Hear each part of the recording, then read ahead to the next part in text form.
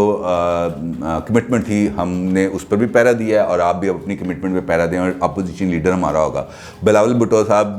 کا اس معاملے میں پیپلز پارٹی کی جانب سے صاف انکار ہے، وہ لاہور آئے ہوئے ہیں، اور ان کی امیر جماعت اسلامی سے بھی ملاقات ہوئی ہے سراج الحق صاحب سے منصورہ میں، اور یہاں پر بھی ان کو کوئی جواب خاص امید افزا نہیں ملا، کیونکہ انہوں نے کہا تھا کہ آپ کا ایک سینیٹر وہاں پہ موجود ہے تو آپ وہ ہمارے ذمہ دے دیں تاکہ ہمارے پاس 26 لوگ ہو جائیں اور ہم اپنا اپوزیشن لیڈر وہاں پہ اپوائنٹ کر سکیں۔ لیکن وہاں پہ بھی ان کو کوئی خاص جواب نہیں ملا۔ ان کو یہ کہا گیا ہے کہ ہم اس اپوزیشن لیڈر کی حمایت کریں گے جہاں پہ آپ دونوں بڑی پارٹی یعنی کہ پیپلز پارٹی اور مسلم لیگ نون متفقہ اگر امیدوار لے کے آئیں گے اپوزیشن لیڈر کے لیے، تو جماعت اسلامی آپ کے ساتھ دے گی، ادروائز ساتھ نہیں دے گی۔ تو وہاں سے بھی ہو گیا ہے اب ان کو جواب۔ تو اس ساری صورتحال سے پی ڈی ایم کے اندر جو اختلافات ہیں اس کے اندر ایک نیا کٹا کھل گیا، اور وہ نیا کٹا اب کہاں تک کون سے گل کھلائے گا یہ اب آگے لمبی سٹوری ہے۔ جیسے میں نے آپ کو بتایا کہ نون لیگ کے اس اعلان کے بعد کہ ہم ایک بہت بڑے جلوس کی شکل میں، ریلی کی شکل میں جائیں گے نیب آفس، تو اب اس کے بعد سے کل رات سے لے کر آج تک اس بارے میں اب گفتگو اور رابطوں کا سلسلہ جاری ہے کہ یار اس مسئلے سے کیسے نپٹا جائے۔ تو اب نیب حکام نے حکومتی اور اسٹیبلشمنٹ کے نمائندوں کے ساتھ مل کے جو پلان بنایا اس کے مطابق یہ ہے کہ اگر تو وہ آرام سے آ جاتے ہیں تو ویل اینڈ گڈ، اگر وہ نہیں آتے تو پولیس کو وہاں پہ بلایا جائے گا، انتظامیہ کا وہاں پہ انتظامیہ کی ذمہ داری لگائی جائے گی کہ وہ نیب کے دفتر کے باہر امن و امان کو یقینی بنائے، اور نیب دفاتر، نیب انسٹالیشن، نیب ریکارڈ اور نیب کے جو ورکرز ہیں ان کو پروٹیکشن دی جائے۔ اگر ایسا نہیں ہوتا تو پھر مریم نواز کو پچھلی دفعہ کی طرح نیب کے دفتر میں داخلے کی اجازت نہیں دی جائے گی، اور یہ سارے معاملے کو پینڈنگ کر دیا جائے گا 7 اپریل کے لیے۔ 7 اپریل کو آپ کو معلوم ہے کہ نیب کی جانب سے ایک درخواست ہائی کورٹ کے اندر دائر کی گئی ہے جہاں پہ ان کی ضمانت کو کینسل کرانے کے لیے وہ اپلیکیشن ہے، اور اس کے لیے مریم نواز کو 7 اپریل کے نوٹس جاری کیے گئے ہیں۔ اب جو پلان ہے وہ یہ ہے کہ اگر بدمزگی ہوتی ہے اور کچھ ڈانگ سوٹے چلتے ہیں، کوئی بٹے شٹے چلتے ہیں، پتھراؤ ہوتا ہے، تو ایسی صورتحال کے اندر مریم نواز کو نیب کے دفتر میں نہیں بلایا جائے گا، بلکہ اس ساری صورتحال کو، اس سارے ڈرامے کو ایک ایویڈنس کے طور پر 7 اپریل کو ہائی کورٹ کے سامنے پیش کر دیا جائے گا، اور یہ کہا جائے گا کہ جناب ہم بلاتے ہیں، اور 2 مرتبہ ہم نے بلایا ہے، اور دونوں مرتبہ کے اندر یہ صورتحال ڈیولپ ہو گئی ہے، امن و امان کا خطرہ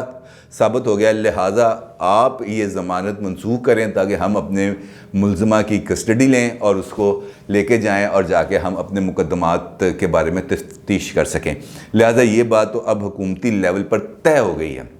کہ مریم نواز کو نیب کے ذریعے براہ راست گرفتار نہیں کیا جائے گا۔ مریم نواز کی جو بھی گرفتاری ہوئی، اگر ہوئی تو وہ ہائی کورٹ کے حکم پر ہی کی جائے گی، تاکہ نیب پر یہ الزام نہ آئے کہ ہم نے بلا کے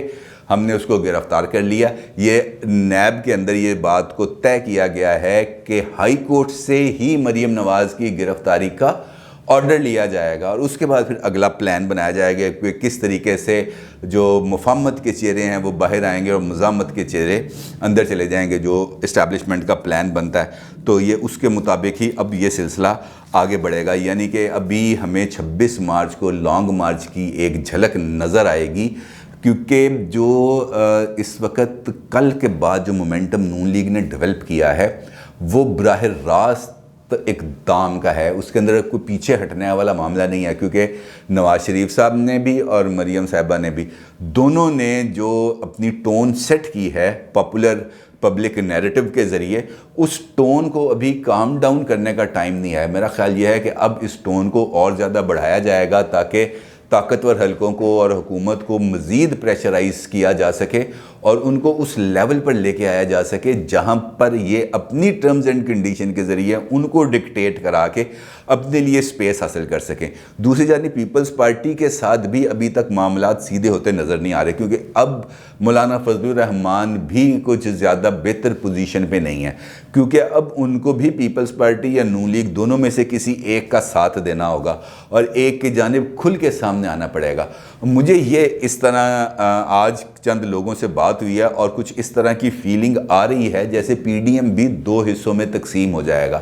ایک حصہ آصف علی زرداری صاحب یعنی کہ پیپلز پارٹی کے ساتھ چلا جائے گا, جن جماعتوں کا میں نے آپ کے ساتھ ذکر کیا, یعنی کہ پیپلز پارٹی, اے این پی اور بی این پی اور اس کے ساتھ قومی وطن پارٹی. یہ ایک دھڑا ہے جو آصف علی زرداری صاحب کے ساتھ کھڑا ہے اور اسی دھڑے نے سینٹ کے اندر بھی آصف علی زرداری صاحب کے اپوزیشن لیڈر کی حمایت کی ہے, اور جس کے ذریعے اب انہوں نے تقریباً 25 اپنے لیے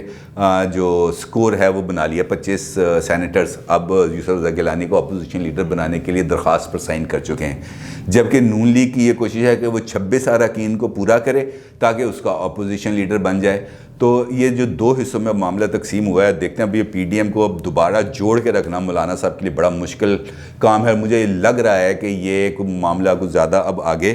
بڑھنے والا نہیں ہے. اب آتے ہیں اپنے ہم سوالات کے سلسلے میں. آج 2 سوال صرف آپ کے لیے سلیکٹ کیے ہیں. تسلیم الحق صاحب کا سوال ہے کہ نیب سیاسی وفاداریاں تبدیل کرانے والا ادارہ بن چکا ہے, وہ کسی بھی صورتحال میں نوٹس کیسے لے گا؟ یہ سوال ہے ان کا. یہ جو کنونشن سینٹر کی فروخت کے حوالے سے میرا ویلاگ تھا پچھلا, اس کے حوالے سے دیکھیں نیب کو تو پریشرائز کرنے کے لیے پہلے تو ایک ویڈیو چیئرمین نیب کے حوالے سے آ چکی ہے اور اس کے بعد تو وہ فلیٹ ہو گئے ٹوٹل. وہ کیا نام تھا خاتون کا, طیبہ گل شاید, تو ان کا جو ویڈیو آئی سرتا پا والی, یاد ہے نا آپ کو, وہ جو سر سے لے کر پیر تک یہ کروں گا, تو وہ تو ویڈیو آنے کے بعد تو نیب آفیشیلی اس ویڈیو کے دباؤ کے نیچے سے ہی نہیں نکل سکا اور وہ بن گیا بالکل یوں, جس نے یوں گھور کے دیکھا تو بچہ نہیں دبک جاتا, ویسے ہی معاملہ ہو گیا اب نیب کے ساتھ. اب اپیل تو میں نے کی نیب کے ساتھ کہ بھائی اس پر ایکشن لو, لیکن لے گا کوئی نہیں. لیکن سول سوسائٹی کو اور عوامی رائے عامہ کو اس پر اگر بڑھا دیا جائے, اس پر تیز کر دیا جائے, تو ایک قومی ورثہ برباد ہونے سے بچ سکتا ہے. کیونکہ یہ بے نظیر بھٹو صاحبہ نے بنایا تھا یہاں پر او آئی سی کا اجلاس, سربراہی اجلاس کے لیے اس کنونشن سینٹر کو تیار کیا گیا. ہر سال 14 اگست کو یہاں پر پرچم کشائی کی تقریب بھی ہم کرتے ہیں, لیکن جو حال اب ہم کر رہے ہیں اپنے ہر ایک چیز کو لوٹ سیل میں لگایا ہوا, تو پتہ نہیں یہ کیسے نظام آگے چلانا چاہتے ہیں, اس کی تو مجھے خود سمجھ میں نہیں ہے. سجاد مغل صاحب کا سوال ہے کہ کیا پنجاب میں وزیر اعلیٰ کی تبدیلی کا وقت گزر نہیں گیا, کیونکہ خود عمران صاحب کی کارکردگی کون سی اتنی عالی شان ہے کہ وہ عثمان بزدار کو ڈانٹے. بات آپ کی ٹھیک ہے, لیکن ایشو یہ ہے کہ عمران خان کی کارکردگی کا سوال نہیں ہے. سوال یہ ہے کہ پنجاب میں نے آپ کو کئی مرتبہ کہا کہ پنجاب ہی رول کرتا ہے اس ملک میں. اگر آپ ملک کے 3 صوبوں میں جائیں تو آپ کو یہ والا تاثر ضرور ملتا ہے کہ پنجاب کی ڈومیننس ہے, جس کی وجہ سے باقی 3 صوبوں کے اندر ناراضی کا ایک پہلو ہمارے سامنے آتا ہے. اور اس وقت خود پنجاب ناراض ہو چکا ہے فوج کے خلاف, اسٹیبلشمنٹ کے خلاف. اس پنجاب کے اندر ایک بڑا پاپولر سینٹیمنٹ ہے جو باقی 3 صوبوں کے ساتھ بھی کمپیٹیبل ہو جاتا ہے.